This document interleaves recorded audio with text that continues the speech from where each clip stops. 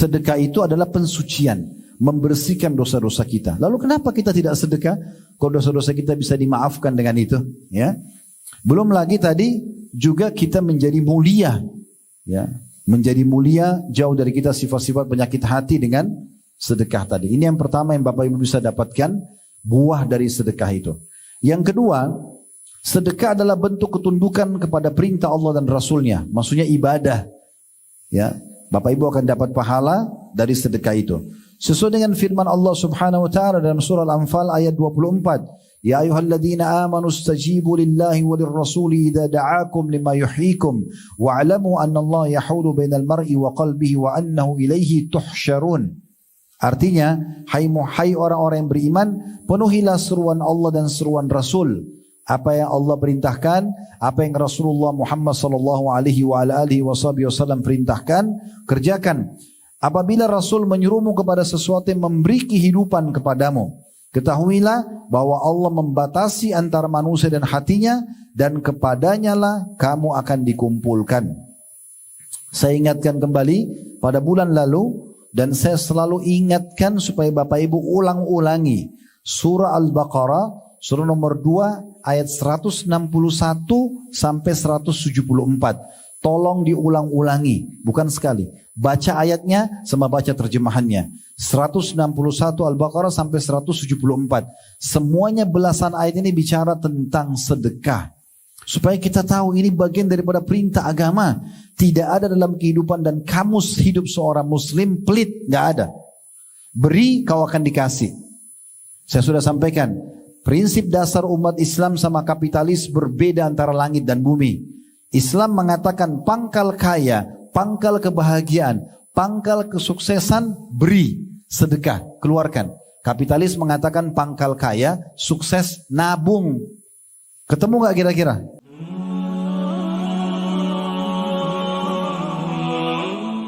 Selanjutnya kita panjatkan salam hormat kita kepada utusan Allah Nabi besar Muhammad sallallahu alaihi wa ala alihi wa sahbihi wasallam, sebagaimana Allah telah memberitakan dan memerintahkan kita untuk mengucapkan salam hormat kepada beliau, dan sebagai balas jasa 23 tahun dari masa hidup beliau semua dihabiskan untuk agama ini. 13 tahun di Mekah semuanya dengan hinaan, cacian, penolakan, dan puncaknya diusir dari kampung halamannya. Dan kita tahu bagaimana pedihnya seseorang yang diusir dari kampung halamannya, serta 10 tahun fase Madinah, semuanya dengan penyempurnaan agama ini sehingga sampai kepada kita.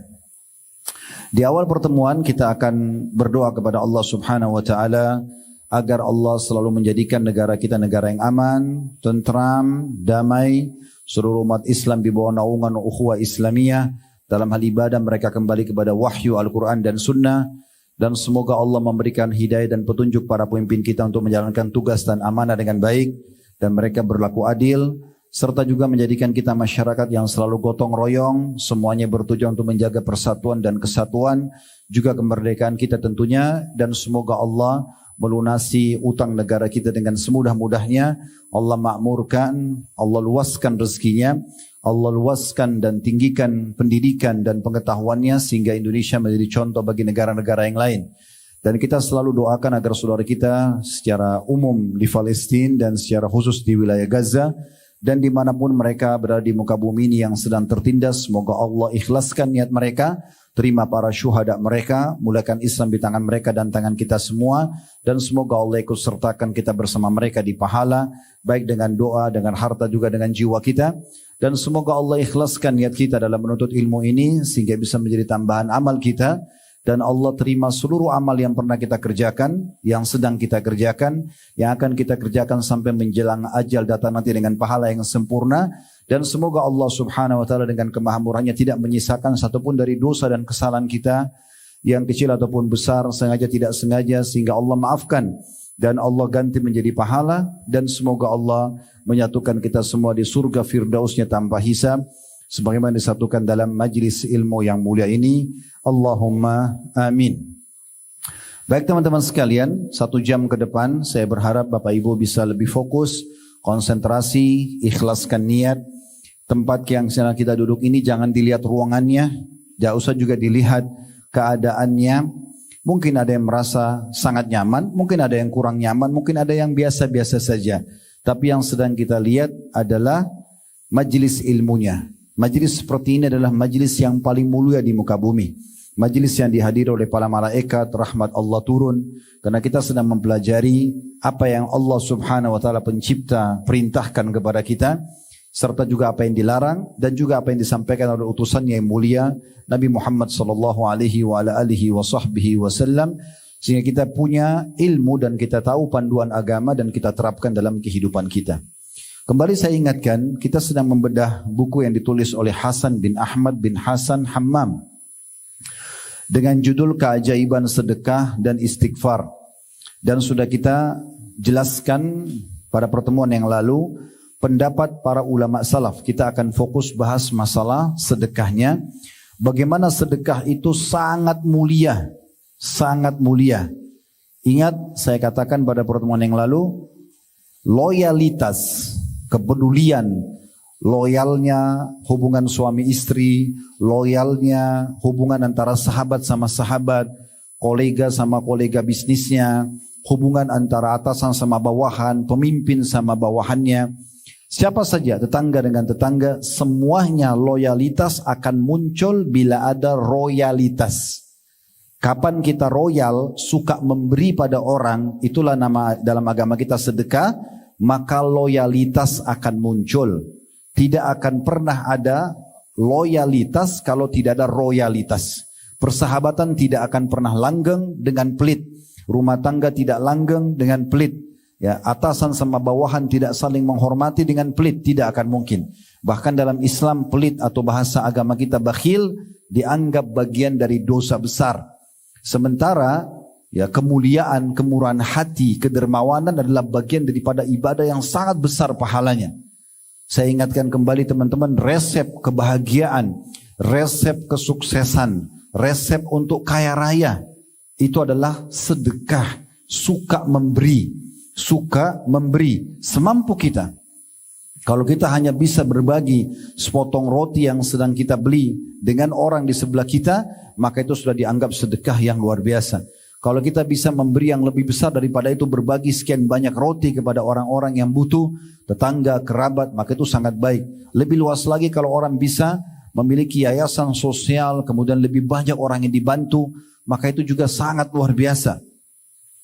Dalam kehidupan seorang muslim tidak bisa kita pisahkan kehidupan kita, ya misalnya ekonomi, politik dengan sosial, nggak bisa. Kapan sosial itu berjalan berbarengan dengan politik, dengan ekonomi, maka pastikan politik dan ekonomi itu akan stabil. Tapi kapan tidak diikuti dengan sosial, maka pastikan semuanya akan kacau. Karena sosial ini justru yang mendatangkan keberkahan dari setiap kegiatan kita. Saya ingatkan kembali bagi teman-teman yang pegang buku, kita kembali mengulangi sejenak ya. Di halaman 6-nya, di antara pendapat para salaf tentang sedekah. Ingat, dari Umar radhiyallahu anhu, beliau berkata sesungguhnya amal itu saling berbangga-bangga diri. Lalu sedekah berkata, pada sholat, pada haji, pada jihad, saya adalah yang paling baik di antara kalian. Abdul Aziz bin Umair rahimahullah berkata, solat itu akan menyampaikan dirimu setengah perjalanan. Puasa menyampaikan dirimu kepada pintu sang raja Allah subhanahu wa ta'ala. Dan ketahuilah, sedekah itu menyampaikan dirimu ke hadapan raja tersebut. Jadi saking mulianya sedekah sampai dia berada di depan. Ibnu Abil Ja'ad rahimahullah berkata, sungguhnya sedekah itu, walaupun kecil, tapi kita keluarkan ikhlas karena Allah, benar-benar bisa menghilangkan 70 pintu keburukan. 70 permasalahan bisa selesai dengan sedekah. Di akhir buku ini cukup banyak kisah-kisah orang yang sembuh dari penyakitnya, orang yang keluar dari permasalahannya, gundah dan gelisahnya dengan sedekah. Kemudian Yahya bin Mu'adz rahimahullah berkata, tidaklah saya mengetahui suatu biji kecil yang bisa mengimbangi gunung dunia kecuali sedekah. Maksudnya dari sisi balasan. Baik balasan kita sedekah sedikit, Allah balas dengan melimpah harta. Atau nanti akan kita dapatkan pahala yang sangat besar dari sedekah yang sederhana yang kita keluarkan di dunia. Ini cuma mengulangi saja ya. kita akan masuk ke bahasan lanjutan kita. Tapi saya mengingatkan kembali apa yang kita pelajari pada bulan lalu. Asy-Sya'bi rahimahullah berkata, ini penting dalam kaidah bersedekah ya. Kita harus tanamkan diri kita teman-teman, kalau kita bersedekah itu butuh terhadap sedekah itu, lebih membutuhkan pahalanya daripada orang yang menerima sedekah kita. Persepsi kita selama ini, kalau misalnya ada bapak ibu yang punya persepsi ini ya, kalau ada orang minta, oh berarti dia butuh sama saya. Sehingga kita dengan enaknya menolak dia, kita dengan enaknya menghina, melemparkan uang ke arah dia, dengan enaknya kita memandang dia, dengan mencibir dia misalnya seakan-akan dia orang susah. Ini persepsi yang salah. Kita harus mengubah persepsi kita. Ini sudah saya ulang-ulangi pada pertemuan yang lalu. Kalau mulai sekarang kita harus tanamkan, kalau ada orang minta depan mata kita, sebenarnya yang lebih butuh adalah kita daripada dia. Karena kita lebih butuh dengan pahala sedekah yang akan kita dapatkan dan rezeki yang akan Allah balas daripada orang miskin itu. Rasionalnya begini, kalau bapak ibu punya 100.000 rupiah, kita sedekahkan kepada orang yang butuh misalnya, atau orang yang minta. Secara angka 100.000 uang kita berkurang. Misalnya kita punya 1 juta jadi sisa 900.000 rupiah. Secara angka orang yang menerima uang itu dia menerima 100.000-nya. Tapi ada teori agama yang berbeda menilainya. Orang itu menerima 100.000 dipakai untuk keperluan dia. Dia beli makan, dia beli baju, dia bayar utangnya, selesai. Tapi secara teori agama, kita yang mengeluarkan 100.000 akan tetap punya nilai 100.000 itu yang akan ditimbang di hari kiamat nanti. Dan tidak Allah balas 100.000 rupiah dengan 100.000 nanti angkanya. Tapi minimal 10 kali lipat sampai kelipatan-kelipatan yang banyak. Oleh karena itu harus kita tanamkan dalam diri kita. Kita yang lebih butuh untuk bersedekah daripada orang yang sedang minta kepada kita. Perhatikan Asy-Syu'bi. Seorang ulama tabi'in dulu berkata, barang siapa yang tidak memperlihatkan bahwa dirinya lebih butuh kepada ganjaran sedekah itu, dia kejar pahala, daripada orang fakir yang butuh kepada sedekah, maka dia telah membatalkan sedekahnya dengan memukul wajahnya sendiri dengannya. Kalau ada orang menganggap dia lebih butuh, orang miskin itu lebih butuh daripada diri dia, sehingga dia mencibirnya, dia menganggap remeh, kaca mobil mungkin cuma dibuka kecil lalu keluarkan uang cuma 500 rupiah misalnya, karena dianggap orang itu butuh. Ini persepsi yang salah, berarti dia sedang menghancurkan pahala sedekahnya. Karena Islam memerintahkan kita justru merasa lebih butuh dengan orang tersebut. Orang yang faham apa yang kami sampaikan tadi dan yang dijelaskan oleh Syu'bi rahimahullah, mereka justru yang keluar untuk mencari siapa yang butuh bantuan. Dalam bab sedekah, kalau ada orang minta lalu kita kasih, itu belum dianggap dermawan. Tapi orang memberi iya. Karena orang minta kita kasih, mungkin karena kesian misalnya. Kalau mau dapat gelar dermawan, orang yang dimuliakan dalam agama Islam, memang dia keluar dan dia merasa dirinya butuh pada orang yang menerima sedekahnya, maka dia keluar mencari dan dia yang memberi. Sebelum orang itu minta, dia sengaja mencari janda-janda yang tidak mampu, dia sengaja mencari orang-orang miskin yang butuh, dia sengaja mencari orang yang terlilit utang, dia yang cari. Karena dia rasa dia butuh untuk meraih pahala dari sedekahnya itu. Perhatikan Al-Laits selanjutnya, Ibn Sa'ad rahimahullah di halaman 7 ya. Ini seorang ulama tabi'in juga dulu yang masyhur. Beliau berkata, barang siapa yang telah mengambil dariku satu sedekah. Ini prinsip dasar Islam. Siapa yang menerima dari aku sepotong roti, sepiring nasi, misalnya seteguk air atau segelas air atau uang. Barang siapa yang mengambil dariku satu sedekah atau hadiah, maka hak dirinya atas diriku adalah lebih besar daripada hak diriku atas dirinya. Karena dia telah menerima apa yang telah aku korbankan kepada Allah. Jadi penanaman persepsi para ulama dulu tuh beda dengan kita teman-teman. Para ulama berpersepsi apa? Kalau ada orang yang menerima pemberian dia, dan langsung dia anggap orang ini lebih berhak saya hormati, orang ini lebih berhak saya senyum padanya, orang ini lebih berhak untuk saya junjung karena dia telah menerima sedekah saya. Bukan dibalik ya. Seakan-akan orang itu lebih butuh. Ini persepsi harus kita perbaikin. Kenapa banyak orang tidak mau bersedekah? Karena dia berpikir orang yang minta itu butuh. Terbalik, yang butuh kita. Kita butuh nilainya di bawah ketimbangan amal. Tanpa kita sedekah melalui orang itu, tidak akan dicatat di buku amal kita. Al-Fudail bin Iyad rahimahullah, seorang ulama tabi'in yang masyhur juga, pernah berkata kepada orang-orang yang menerima sedekahnya. Pada saat dia kasih, orang-orang itu terima. Dia gembira sekali. Dia mengatakan, mereka ditunjuk orang-orang yang terima sedekahnya itu.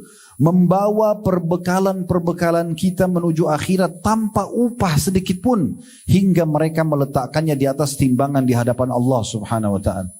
Jadi orang-orang miskin, orang yang kita bantu itu, melalui mereka lah apa yang sedang kita sedekahkan, sepotong roti kah, sepiring nasi kah, segelas air kah, apalah jus, uang, baju, kendaraan, tanah diwakafin apa saja, itu sedang mereka, melalui mereka lah dibawa ke timbangan amal kita.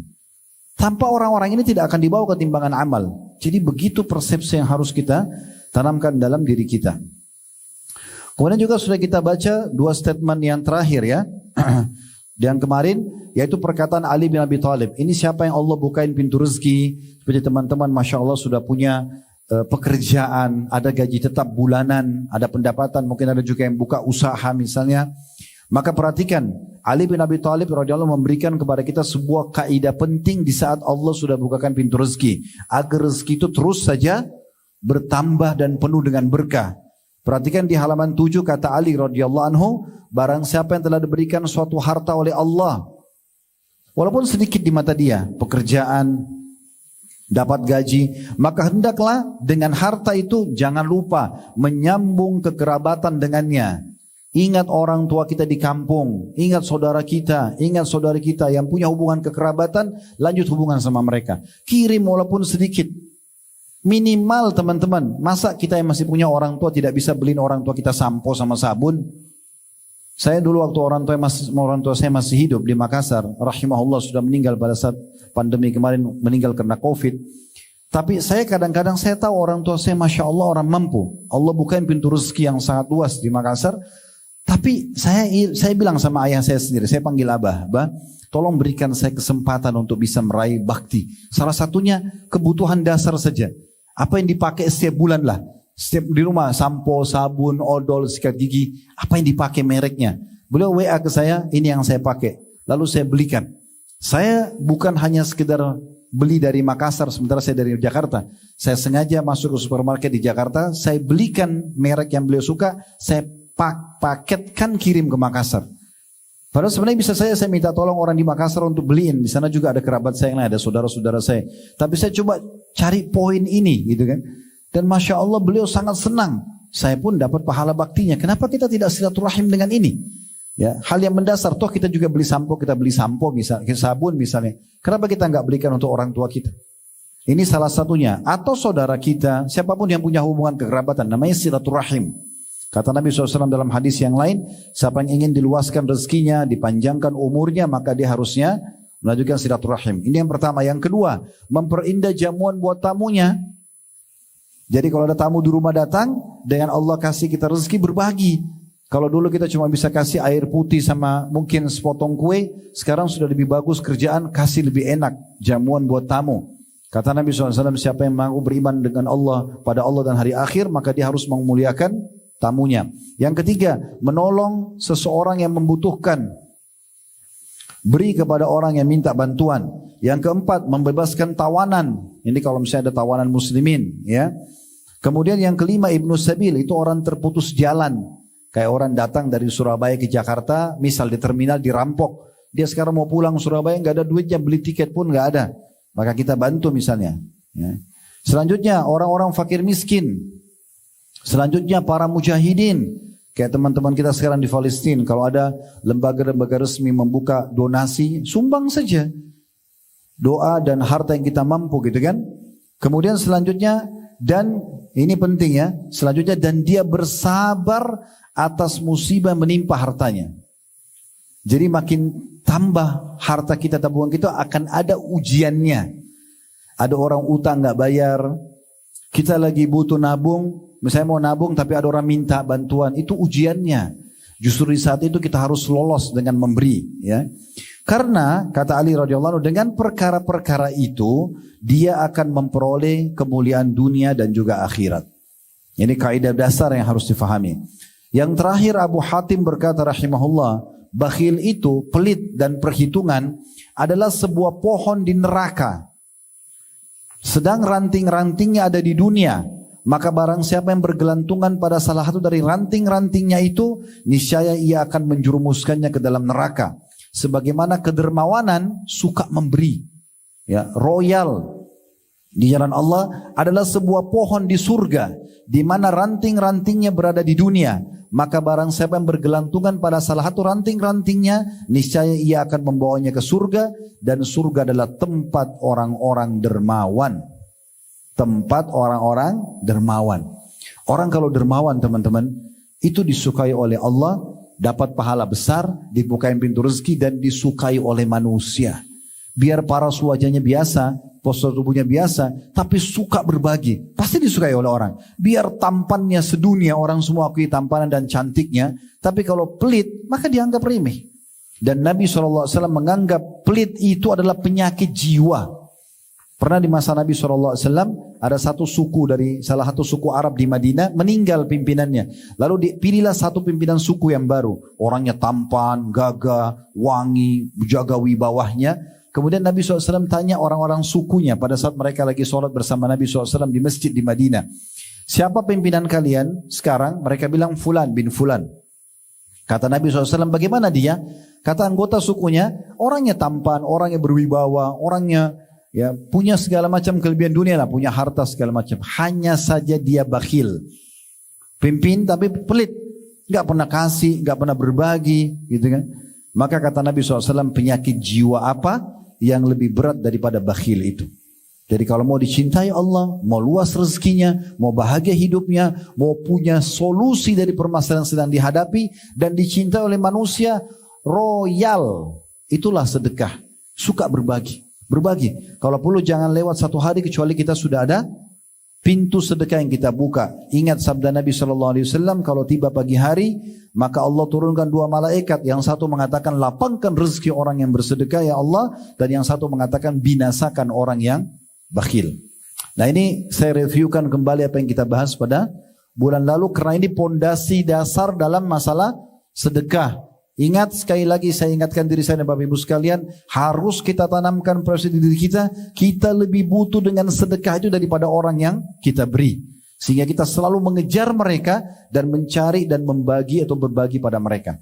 Abdullah bin Umar dan Abdullah bin Abbas radhiyallahu anhu ajma'in, dua orang sahabat yang mulia ini, setiap hari depan rumahnya ada orang miskin yang datang minta-minta. Beliau selalu kasih.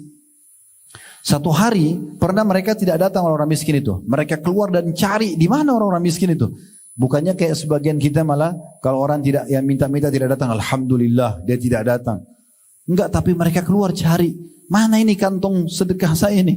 Begitu. Baik, kita akan masuk sekarang di halaman 9. Ini materi kita pada siang ini, semoga Allah berkahi. Kita akan masuk pahala sedekah dan buahnya. Apa yang kita dapatkan kalau kita sedekah?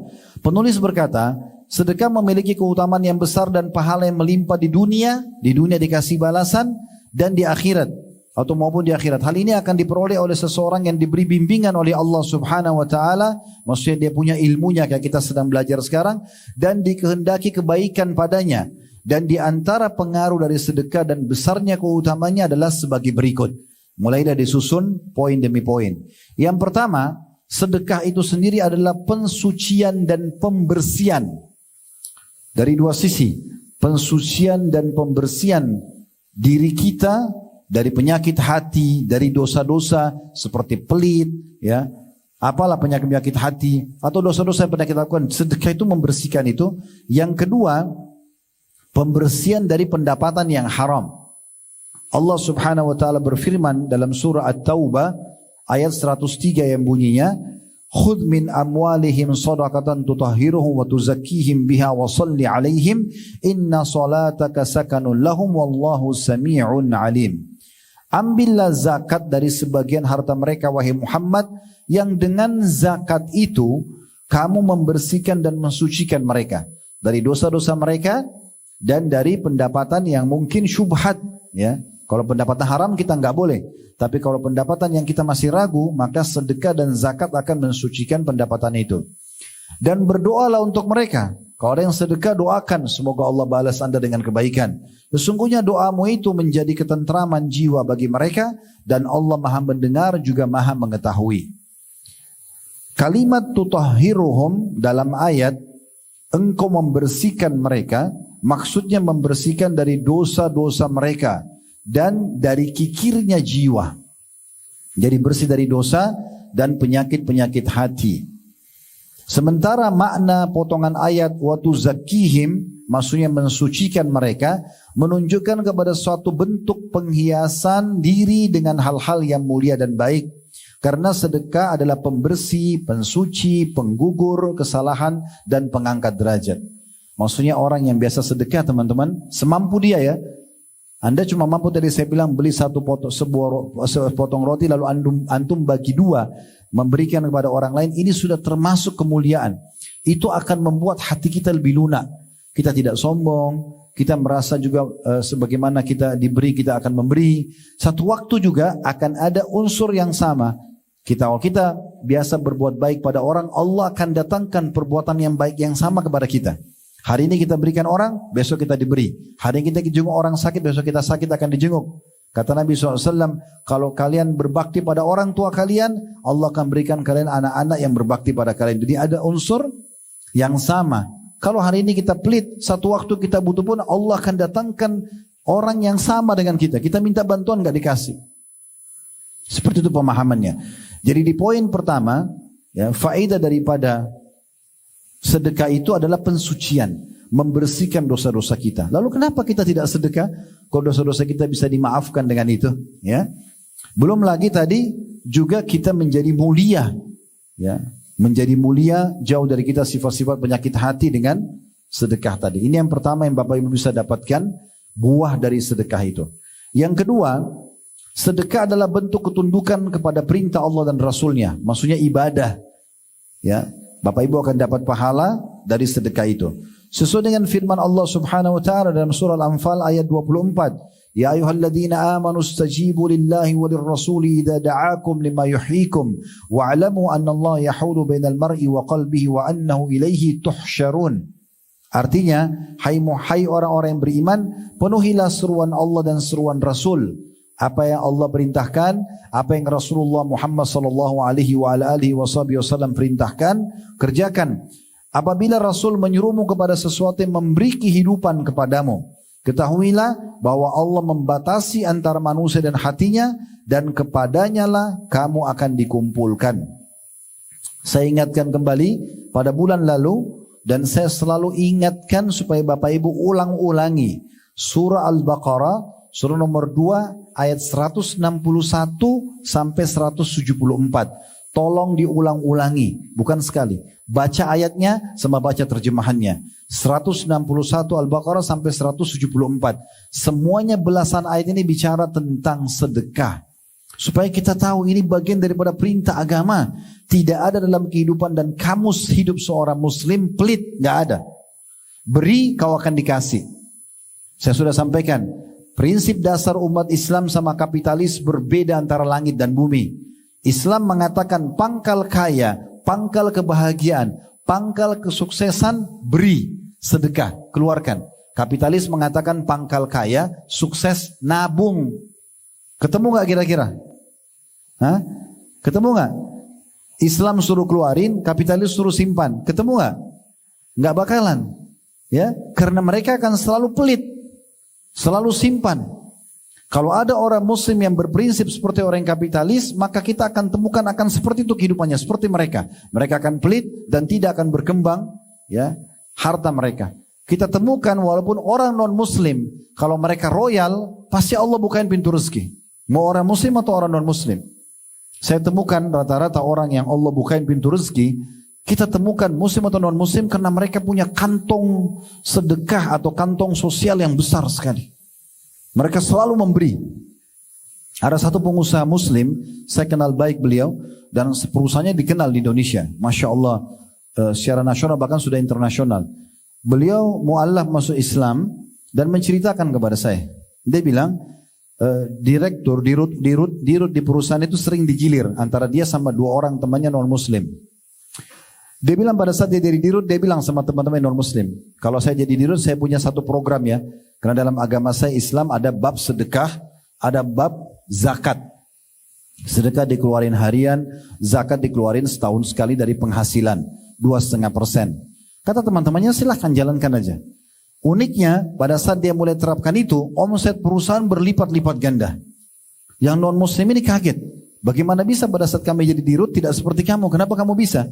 Padahal produk yang dijual sama, sistemnya sama, jumlah pegawai sama, pangsa pasarnya sama. Kenapa bisa meningkat? Ditelusuri tidak ada sesuatu yang baru. Ternyata ya rahasianya di sedekah yang dia keluarkan. Sampai dia bilang sama saya, setelah saya jalankan program ini berjalan setahun, maka teman-teman saya non muslim selalu bilang, jangan kamu lupa sedekahkan ya, jangan kamu lupa zakatnya perusahaan ya. Jadi mereka sendiri merasakan manfaatnya. Jadi sedekah itu luar biasa. Ya. Jadi ingat ya, Bapak Ibu tolong ingat, selalu ulang-ulangi Al-Baqarah 161 sampai 174. Ini sudah kita bacakan lengkap pada pertemuan kita yang lalu ya.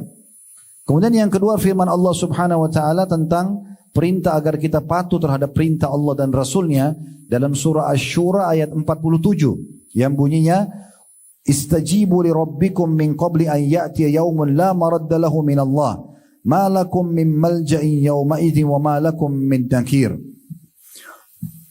Patuhilah seruan Tuhanmu sebelum datang dari Allah suatu hari yang tidak dapat ditolak kedatangannya. Kamu tidak memperoleh tempat berlindung pada hari itu, maksudnya hari kiamat, dan tidak pula dapat mengingkari dosa-dosamu. Siapa yang buat dosa, di dunia dia bisa tutupin, di akhirat akan dibongkar oleh Allah Subhanahu wa taala. Tapi saksi bahasan kita potongan awal ayat, patuhilah seruan Tuhan sebelum datang dari Allah suatu hari yang tidak dapat ditolak kedatangannya. Maksudnya, mumpung kamu masih hidup, kerjakan semua perintah, tinggalkan semua larangan, termasuk di sini dalam bab sedekah. Kemudian kata penulis, maka di antara sifat orang-orang yang beriman dan bertakwa adalah segera dalam memenuhi perintah Allah Azza wa Jal. Sedang sedekah adalah di antara perkara yang diperintahkan oleh Allah, dituntun dan dianjurkan olehnya. N-nya besar kata ganti Allah. Allah Subhanahu wa taala berfirman dalam surah Ibrahim ayat 31, "Qul li ibadiyalladzina amanu yuqimus salata wa yunfiqu mimma razaqnahum sirran wa alaniyatan min qabli an ya'tiya yaumun la bay'un fihi wala khilal." Katakan hai Muhammad kepada hamba-hambaku. Nabi Muhammad SAW sudah meninggal sekarang. Para ulama, para dai melanjutkan perintah beliau yang beliau terima dari Allah. Sekarang Bapak Ibu dengar dari kami nih. Katakan kepada hamba-hambaku yang telah beriman, insya Allah kita termasuk dalam orang-orang beriman, hendaklah mereka mendirikan sholat, selalu jaga sholat. Sholat itu manfaatnya sangat besar. Selain rukun Islam yang kedua, dia bisa menahan kita dari perbuatan-perbuatan buruk ya. Kemudian menafkahkan, nah ini bab sedekahnya. Setelah sholat selalu sedekah. Sebagian rezeki yang kami berikan kepada mereka secara sembunyi atau terang-terangan. Ada orang yang WA kita pribadi lalu kita kirimkan. Atau ada kotak amal lalu kita sedekahkan, tidak ada yang tahu misalnya. Atau terang-terangan, tiba-tiba ada yang datang di ruangan pengajian seperti ini menjelaskan, Bapak Ibu ada masjid mau dibangun di sana, ada pesantren yang mau dibangun di sana, ada tanah yang mau diwakafin, ada saudara kita ini yang sedang tertimpa musibah sama-sama pegawai misalnya, kita mau buka donasi. Maka di saat itu segera kita memberi ya, dan tidak usah khawatir dengan riya. Pada saat misalnya saya katakan, Bapak Ibu sekalian yang mau donasi silakan, ini kami letakkan kotak amal di atas panggung, lalu orang pada datang memberi, itu boleh ya. Nabi SAW pernah melihat ada orang-orang bangsa Arab, mereka satu suku itu miskin semua, saking miskinnya dalam riwayatnya dikatakan mereka cuma punya satu lembar kain, yang kain itu tidak ada jahitan bawah dan atasnya, seperti sarung kalau kita ya, yang diikat di leher mereka. Kalau angin kencang meniup bisa tersingkap auratnya karena miskinnya. Maka yang terjadi, Nabi SAW naik di mimbar memotivasi para sahabat, ayo sedekah, sedekah itu tidak mengurangi harta, perintah Allah, raih cintanya Allah, akan diganti oleh Allah dan seterusnya. Maka pada saat mendengar motivasi ini, di antara jemaah di masjid ada satu yang tiba-tiba berdiri. Dia berdiri, dia termotivasi, dia korek kantongnya, dia taruh depan Nabi, semua orang lihat. Ya Rasulullah, ini untuk Allah dan Rasulnya. Karena dia termotivasi, terbakar semangatnya ingin menyumbang. Jangan tunda lagi. Maka subhanallah melihat orang ini berbuat, satu masjid berdiri menyumbang semuanya. Maka apa kata Nabi SAW sambil senyum, membahas tentang orang yang pertama memulainya itu. Kata Nabi SAW, siapa yang menunjukkan pada perbuatan kebaikan, dia yang mulai lalu orang lain ikut, maka dia akan panen pahala orang yang mengikutinya tanpa dikurangi sedikit pun dari pahala tersebut. Jadi kalau memang diiklankan depan umum, kasih aja depan umum. Nggak ada masalah. Nggak usah khawatir riya. Riya itu kalau tidak ada sebabnya, Bapak Ibu sibuk ceritain. Bangga-bangga. Itu masjid di sana kau bantu nggak? Saya bantu. Nggak ada yang nanya. Gitu kan? Iya kan? Itu sana ibu itu atau staf itu atau teman itu sudah, kamu bantu belum? Saya bantu loh. Nggak ada yang nanya. Untuk apa? Nah itu ciri-ciri orang riya. Ya. Tapi kalau kita tidak ada hubungannya dengan orang tanya, memang peluangnya di saat itu silahkan. Nggak ada masalah. Itu poinnya. Jadi di sini ulangi, Allah SWT berfirman, katakan kepada hamba-hambaku yang telah beriman, hendaklah mereka selalu mendirikan sholat. Jangan tinggalkan sholat 5 waktu. Sholat. Apapun kesalahan kita, sambil kita proses meninggalkan taubat, sholat. Sholat akan membuat kita nanti merasa bersalah dan kita tinggalkan itu. Inna sholata tanha 'anil fahsya'i wal munkar. Sholat akan menalang perbuatan keji dan mungkar. Dan menafkahkan, habis sholat selalu memberi sebagian rezeki yang kami berikan kepada mereka secara sembunyi ataupun terang-terangan. Sebelum datang hari kiamat, meninggal, dibangkitkan, yang pada hari itu tidak ada lagi jual beli dan persahabatan. Di saat itu tidak lagi laku rupiah, dolar, real, kita mau sedekah sudah nggak ada juga.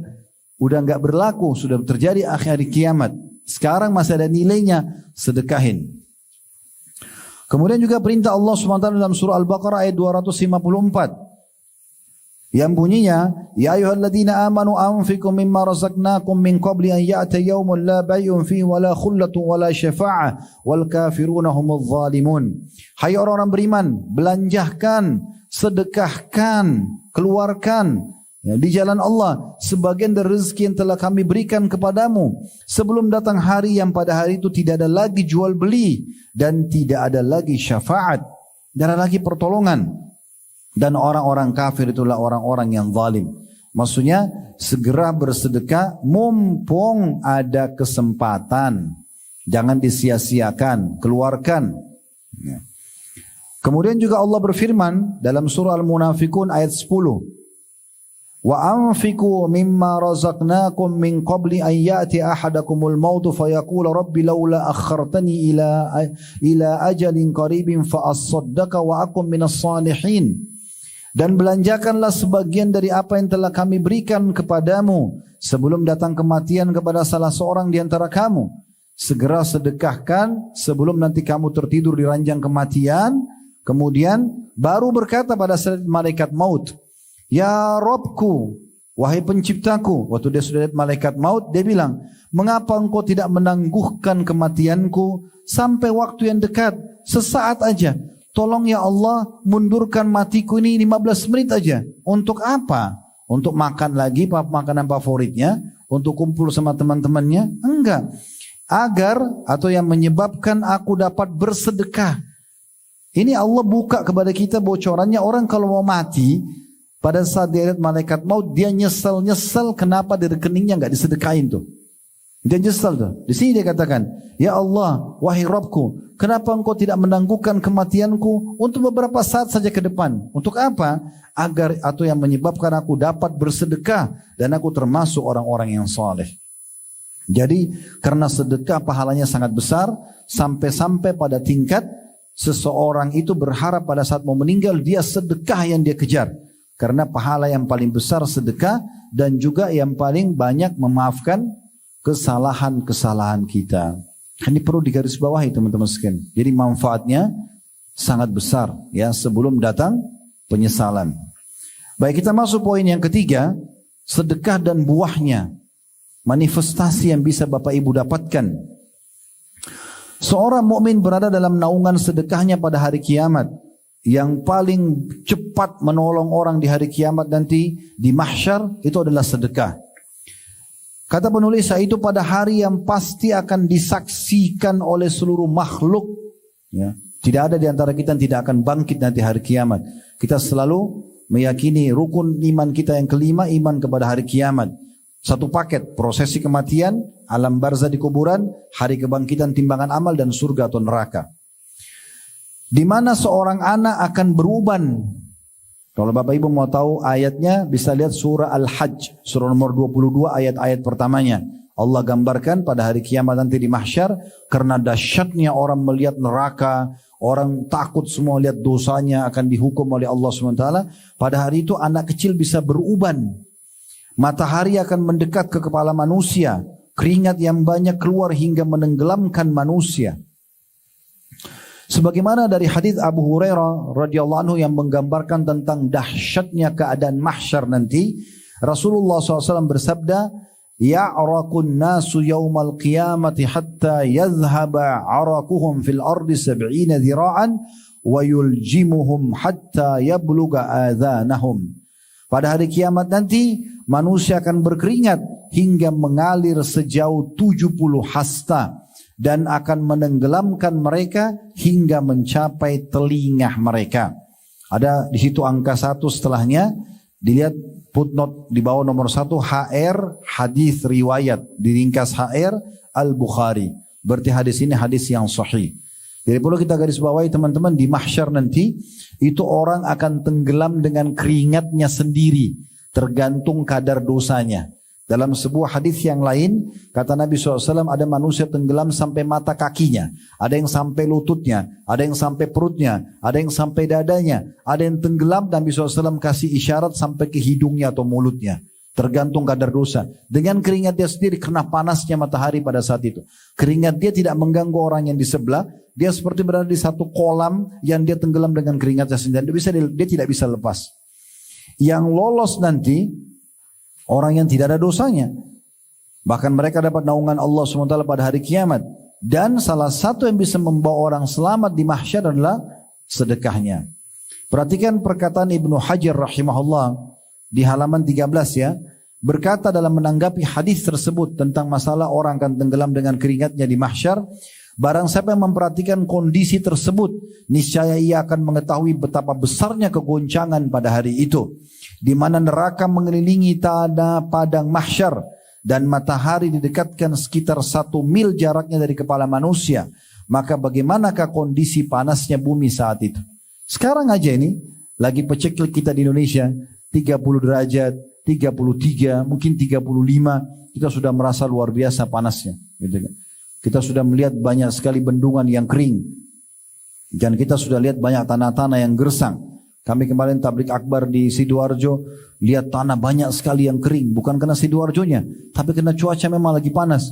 Kemarin kami ke Makassar, sebagian listrik dipadamkan karena bendungan ya tidak bisa ya, tidak ada airnya, yani, kering, dan banyak wilayah-wilayah yang lain. Ini baru begini saya sudah luar biasa, padahal matahari jaraknya jutaan mil dari bumi sekarang. Nanti di mahsyar matahari itu jaraknya cuma 1 mil. Kata Nabi SAW jaraknya hanya 1 mil dari manusia. Dan perawi hadis sahabat yang menukilin mengatakan, saya tidak tahu 1 mil itu maksudnya jarak kilometer perjalanan kayak 1,5 kilometer misalnya kalau 1 mil, atau 1 mil yang dimaksud dalam bahasa Arab adalah orang-orang Arab terutama kaum wanita kalau mereka mau pakai celak di matanya, kan biasanya ada kayunya ya, atau wadah yang kita pakai untuk digores di mata.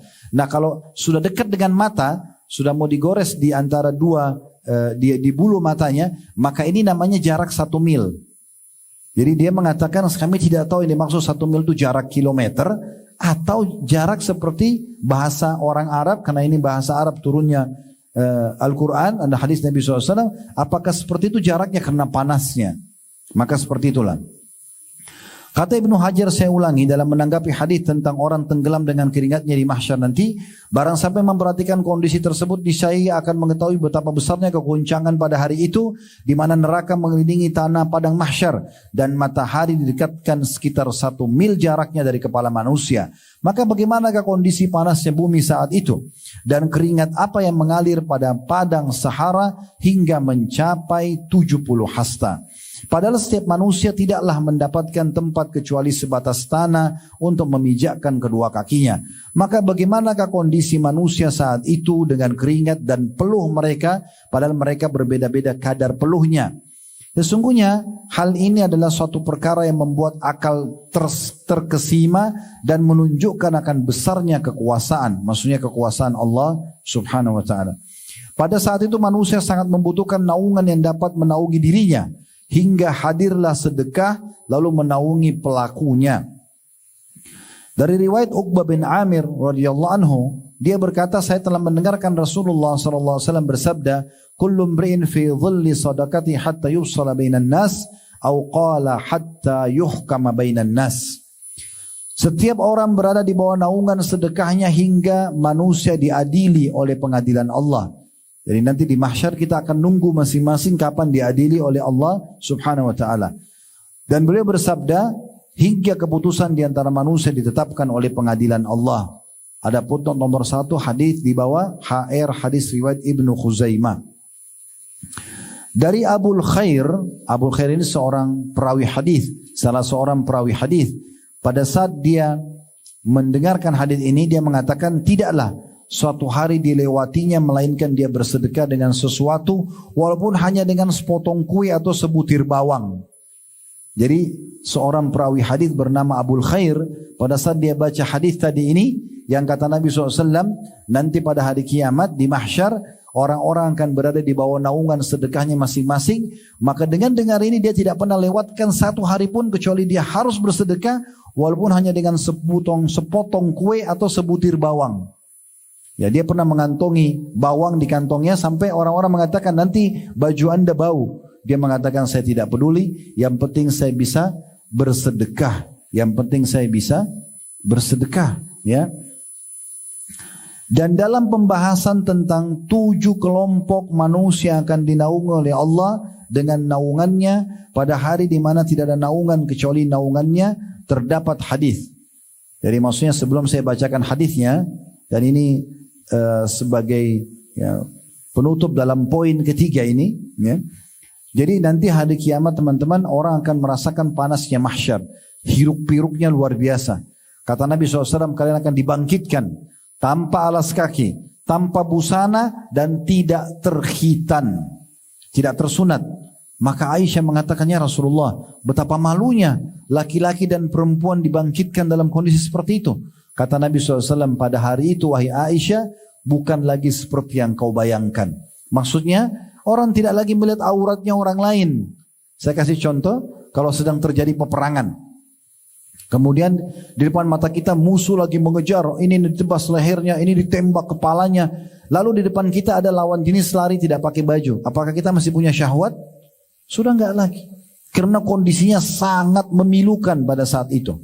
Maka Aisyah mengatakannya, Rasulullah, kalau gitu orang malu. Kata Nabi SAW, wahai Aisyah, pada hari itu bukan seperti yang kau bayangkan. Pada hari itu bukan seperti yang kau bayangkan. Jadi sangat dahsyat luar biasa di mahsyar nanti. Orang penuh dengan penyesalan, tidak bisa lagi menambah amalnya, tidak bisa lagi beristighfar dari dosa-dosanya. Dan beruntunglah kita sebagai seorang muslim, Allah sudah berikan kita bocorannya sekarang. Teman-teman, enaknya menjadi seorang muslim ini, kita tahu ya, awal penciptaan alam semesta ini disampaikan dari wahyu Allah Subhanahu wa taala, termasuk penciptaan manusia pertama Nabi Adam dari tanah, istrinya Hawa dari tulang rusuknya, kemudian tinggal di surga, kemudian diturunkan di bumi untuk menjalankan tugas, lalu turunannya semua akan diberikan syariat atau peraturan, Allah utus para rasul, Allah turunkan kitab-kitab, dan akan meninggal, kemudian pindah di alam barzah, kemudian akan dibangkitkan timbang amalnya, faman ya'mal mithqala dzarratin khairan yara. Siapa yang buat seperti biji sawi dari kebaikan akan diperlihatkan dan akan diberikan balasan. Wa may ya'mal mithqala dzarratin syarran yara. Dan siapa yang berbuat seperti biji sawi dari kebaikan akan diperlihatkan dan akan dihukum. Maka semua itu akan satu paket, gitu kan? Dan akan ada surga dan neraka. Kita sudah tahu. Bapak Ibu sekarang kalau mau tahu bagaimana surga itu, sudah dirincikan dari ayat Al-Quran, dari hadis Nabi SAW. 2 surah Al-Quran yang sangat jelas bicara tentang surga, terinci sekali. 2 surah yang berdekatan, Ar-Rahman dan Al-Waqi'ah. Ar-Rahman dulu, kemudian Al-Waqi'ah. 2 surah yang langsung berdekatan. Bapak Ibu kalau baca terinci sekali tentang buah-buahan, pelayan-pelayan, istana, kebun-kebun, dirincikan semua. Dan dalam hadis Nabi SAW sudah dijelaskan. Sampai seakan-akan kita melihat surga depan mata kita. Dan juga neraka, apapun siksaan sudah dijelaskan. Ya. Gambaran tentang neraka banyak sekali ayat Al-Quran yang menggambarkan, hampir setiap surah ada singgungan tentang masalah neraka dan siang, dan hadis-hadis Nabi SAW juga cukup banyak. Dari sudah dapat bocorannya. Maka beruntung kita tahu semua ini teman-teman sekalian. Beruntung kita tahu semua ini. Jadi hati-hati. Jangan sampai masuk ilmu seperti ini di telinga kanan keluar ke telinga kiri. Bapak Ibu, kami cuma bisa menyampaikan di majelis seperti ini. Bapak Ibu harus faham, ini adalah penyampaian agama kita untuk diaplikasikan dalam kehidupan. Resep sederhana untuk bahagia, sedekah. Mungkin amal kita tidak terlalu banyak, tapi pintu sedekah sangat terbuka. Waktunya kapan saja, jumlahnya juga tidak dibatasin. Walaupun hanya sepiring makanan kita bagi dua, sepotong roti bagi dua, sudah masuk dalam pintu sedekah yang sangat besar pahalanya. Maka Nabi SAW mengatakan di mahsyar nanti ada 7 golongan yang tidak kena panasnya mahsyar itu. 7 golongan. Lalu Nabi SAW sebutkan, yang pertama adalah imam yang adil, pemimpin yang adil, menjalankan tugasnya dengan benar. Dia tahu ini amanah, dia selalu jalankan tugas. Contoh yang paling baik adalah Khulafaur Rasyidin, Abu Bakar, Umar, Utsman, Ali. Ya, ini contoh yang paling tepat untuk kita ambil sebagai contoh. Makanya kata Nabi SAW, alaikum bisunnati wa sunnatu khulafaur rasyidin mahdiyyin min ba'di. Berpegang pada sunnahku dan sunnah khulafaur rasyidin setelahku. Mereka berempat ini tidak tidur di malam hari. Abu Bakar, Umar, Utsman, Ali radhiyallahu anhum ajma'in, sampai mereka pastikan tidak ada lagi masyarakatnya yang butuh. Karena mereka tahu itu tanggung jawab pada hari kiamat. Ini pemimpin yang adil. Yang kedua adalah orang yang tumbuh, anak muda yang tumbuh di atas ketaatan Allah SWT. Ini 7 teracak saya sampaikan ya. Karena urutan dalam hadis mungkin siapa tahu ada yang berbeda, tapi yang jelas 7 golongan ini. Yang kedua adalah anak muda yang tumbuh di atas ketaatan Allah. Jadi orang kalau masih muda memang harusnya ke agama, harus ketaatan. Bukan anak muda malah ugal-ugalan, malah buat dosa. Sering dengar gak di Indonesia nih orang tua bilang, gak apa-apa nak, ayah sama ibu juga dulu begitu. Nanti juga kamu sadar. Biasa gitu kan. Biarin anak-anaknya pacaran, hamil di luar nikah, coba minuman keras, coba ini dan itu. Subhanallah. Justru di masa muda harusnya dia dipakai di atas ketaatan kepada Allah SWT. Yang masih muda tuh harusnya di majelis ilmu. Harusnya dia berada di saf pertama sholat bagi laki-laki. Perempuan tutup aurat dari masih muda. Memang begitu. Dari masih kecil. Dan kata Nabi SAW, Inna Allah yu'jibu min syabin laysa lahu sabwa. Allah kagum dengan anak muda yang tidak mengikuti hawa nafsunya. Kemudian yang ketiga, ya rajulani tahabba fillah ijtama alaihi wa tafarraqa alaihi. 2 orang yang saling mencintai karena Allah dan berkumpul karenanya, berpisah karenanya. Kita disunnahkan Bapak Ibu sekalian untuk mencari sesama jenis kita. Laki-laki sama laki-laki, perempuan sama perempuan. Siapa yang lebih soleh dan soleha dari kita, lalu jadikan dia sebagai sahabat dekat kita. Kita mencintai dia karena Allah. Karena dia lebih rajin mengaji, lebih rajin ibadah, lebih rajin sedekah, lebih rajin hadir dalam majelis ilmu, lebih rajin bakti sama orang tuanya, supaya kita ikut dengan dia. Ini kata Nabi SAW termasuk golongan yang ketiga yang dapat naungan Allah nanti di mahsyar. 2 orang yang saling mencintai karena Allah, ya, karena lebih baik ibadah daripada dia cintai temannya dan dijadikan sahabat, berkumpul karenanya dan berpisah karenanya. Maksudnya berpisah ini kalau seandainya temannya berbuat salah, maka dia ingatkan, kalau tidak mau dengar, dia batasi pergaulan dengan temannya kalau yang jauh dari Allah Subhanahu wa taala. Yang keempat, rajulun mu'allaqun qalbu fil masajid. Seorang laki-laki yang hatinya terikat dengan masjid. Terikat dengan masjid. Nah ini kalau perempuan boleh ke masjid tapi lebih afdal sholat di rumah. Kalau laki-laki masjid. Kalau ada laki-laki yang azan langsung ke masjid, nah ini orang yang luar biasa. Ya, mau subuh, mau duhur, mau asar, mau maghrib, isya, mau dingin, mau panas, apalah, mau malas, mau rajin, tetap aja dia selalu di masjid. Maka ini adalah orang yang dapat naungan Allah, golongan yang keempat. Jadi bapak-bapak terutama kalau sudah dengar azan hayya 'alas shalah, ayo kerjakan sholat. Hayya 'alal falah, ayo menuju pada kemenangan. Semua aktivitas ditinggalkan demi untuk mengerjakan sholat tersebut. Kemudian yang kelima, wa rajulun da'athu imra'atun dhatu mansibin wa jamal faqala inni akhafullah. Seseorang yang dipanggil, laki-laki yang dipanggil untuk berzina dengan seorang wanita yang memiliki 2 hal. Puncak kecantikan dan puncak kekayaan. Sudah cantik, kaya, ajak berzina, lalu dia mengatakan saya takut kepada Allah. Kalau yang cantik sama kaya saja ditolak, apalagi yang jelek dan miskin, kan gitu. Berarti ditolak. Memang dia tolak. Kalau dia tolak, enggak, saya enggak mau karena saya takut kepada Allah. Dia akan dapat naungan Allah pada hari kiamat. Ini sama juga terjadi pada perempuan ya. Kalau perempuan diajak zina oleh laki-laki yang tampan, yang kaya, lalu dia mengatakan saya tidak mau, saya takut kepada Allah. Ini juga dapat naungan Allah. Kemudian yang keenam adalah rajulun dzakara khalin fafadat aina, seseorang yang mengingat Allah sendirian kemudian dia meneteskan air mata karena takut kepada Allah. Ya, ini ada hadis yang lain menguatkan ada 3 mata yang tidak akan disentuh oleh api neraka. 3 mata tidak akan disentuh oleh api neraka. Yang pertama adalah mata yang menangis karena Allah. Bapak ibu menyesali dosa, takut Allah hukum, menangis sendirian antara bapak ibu sama Allah di sejadah, di sholat malam. Kita nangis menyesali dosa kita. Atau kita rindu masuk surga, kita minta agar Allah masukkan surga. Atau kita ingin Allah tambahkan rezeki, Allah berikan pasangan, Allah berikan keturunan, Allah keluarkan dari permasalahan. Lalu dia menangis. Ini mata pertama tidak akan sentuh api neraka. Yang kedua adalah mata yang berjaga-jaga di perbatasan umat Islam, kayak teman-teman kita sekarang di Gaza. 24 jam mereka tidak bisa aman. Rudal di atas kepala mereka, rumah mereka rubuh, banyak korban yang meninggal, setiap saat bisa ajal datang. Mata mereka nggak bisa tidur, mereka berjaga-jaga di jalan Allah. Ini mata yang tidak disentuh api neraka. Dan yang ketiga, mata yang selamat dari hal yang diharamkan. Mata yang tidak menonton hal-hal yang haram. Ada penawaran tapi dia tinggalkan. Ya. Semoga Allah maafkan kalau terjadi masa lalu. Tapi yang jelas kita belajar sekarang untuk kita terapkan ke depannya. Nah yang terakhir yang ketujuh adalah yang disebutkan di halaman 14 ini.